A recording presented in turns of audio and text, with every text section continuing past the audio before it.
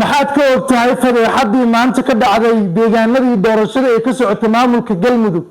ma la socotaa daawada in qaar badan oo ka mid ah shacabkii markaasi deegaanada codbixinta ay ka socotay si gaar ah dhuusamareeb iyagoo kaararkoodii codbixinta wata doonayana inay codkooda ku ciilbaxaan in qaarkood laga hor istaagay qaarna la hamdaday halka qaar kalena la jir dilay sida idiin muuqata intii soo hartana waxaa lagu qasbay inay u codeeyaan xisbiga JSB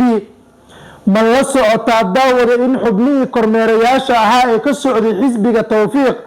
in maanta laga hor istaagay inay raacaan goobaha markaasi lagu ururinayo codadka halka qaarkood la jir dilay qaar kalena la hamdiday sida idiin muuqata ma la socotaa in qolalkii iyo goobihii gaarka ahaa ee codadka lagu tirinayay in lagu arkay sanduuqyo ay ka buuxaan kaarar codbixin ah halkaas oo qaar ka mid ah shaqaalihii goobta ay ugu buuxinayeen xisbiga JSB kana dhigayeen in shacabku codeeyeen fadeexadaasi iyo xaalado kale oo quus ah ayaan kula wadaagayaa daawada muuqaalkani like saarsiina sheergaree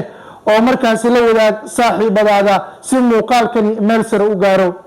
dhuusamareeb iyo guud ahaan deegaanada galmudug saacadihii lasoo dhaafay iyo maanta doorashadii jilliinka ahayd ee halkaasi ka socotay kuma aysan soo idlaanin natiijo lama hadiyo waxaana ka dhacay ceebab aan la xadidi karin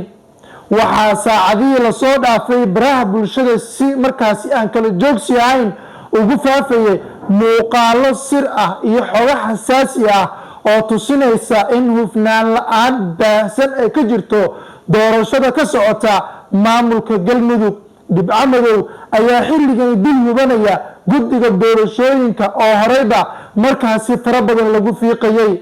xaaladda deegaanadaasi waa mid markaasi saacadihii lasoo dhaafay sida tan u ekeyd adigu daawada maxay kula tahay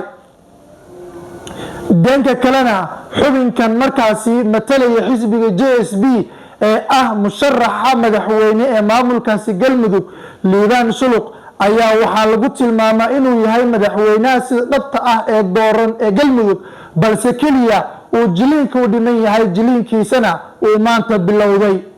cadaalad ahaan adigu maxay kuula muuqataa aragtidaada si gaar ah inoola wadaag muuqaalkani mar kale like saarsiina sheergaree oo soo follow garee boggeena halkani waa Bartamaha TV.